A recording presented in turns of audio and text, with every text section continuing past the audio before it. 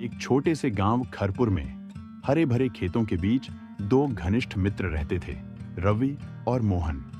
दोनों दिन भर गांव की गलियों और जंगलों में घूमा करते थे, नए नए स्थान खोजते और खुद को बहादुर खोजी मानते। एक दिन गांव के एक बूढ़े व्यक्ति ने उन्हें एक प्राचीन खजाने के बारे में बताया जो पास के जंगल में कहीं छिपा था। ये सुनकर दोनों दोस्तों ने उस खजाने की खोज में जाने का फैसला किया। मोहन, क्या तुम्हें लगता है कि यह कहानी सच्ची है? क्या सच में जंगल में खजाना हो सकता है? पता नहीं, लेकिन इसका पता लगाने का बस एक ही तरीका है। चलो खोजते हैं। बिना किसी हथियार के सिर्फ एक लालटेन, बूढ़े के वर्णन के आधार पर बनाई हुई नक्शा और बहादुरी भरा दिल लेकर दोनों दोस्त घने और रहस्यमयी जंगल की ओर निकल पड़े। सूरज ढल रहा था और पेड़ों की लंबी छायाएं उनके ऊपर गिर रही थीं। जैसे जैसे वे जंगल में गहरे उतरते गए, अंधेरा बढ़ता गया। मोहन, अंधेरा हो रहा है, हमें वापस लौट जाना चाहिए। क्या कहते हो? नहीं रवि, हम इतने दूर आ चुके हैं और देखो आगे एक खुला मैदान है, शायद खजाना वहीं हो। दोनों उस मैदान में पहुंचे जहां एक पुराना उजड़ा हुआ कुआं दिखा।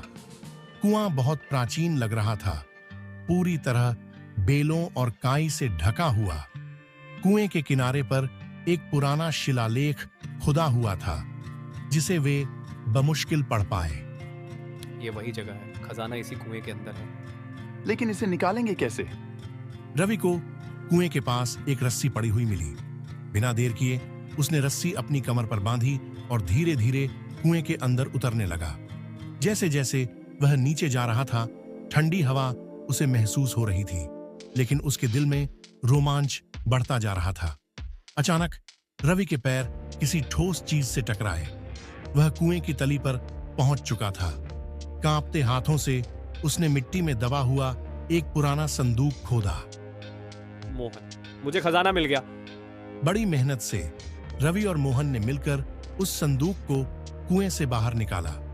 जब उन्होंने संदूक खोला तो उसमें न तो सोना था, न ही कीमती रत्न, बल्कि उसमें प्राचीन स्क्रॉल और धरोहरें थीं जो उनके गांव की भूली बिसरी कहानी बयां कर रही थीं। असली खजाना ज्ञान था जो किसी भी दौलत से बढ़कर था। रवि, ये सोने से भी अच्छा है। हमने खरपुर के इतिहास को खोज निकाला है। अब हमारी जिम्मेदारी है कि इसे सबके साथ बांटें। दोनों दोस्त गांव लौटे, लेकिन खजाने के लिए नहीं, बल्कि ज्ञान के लिए नायक बनकर।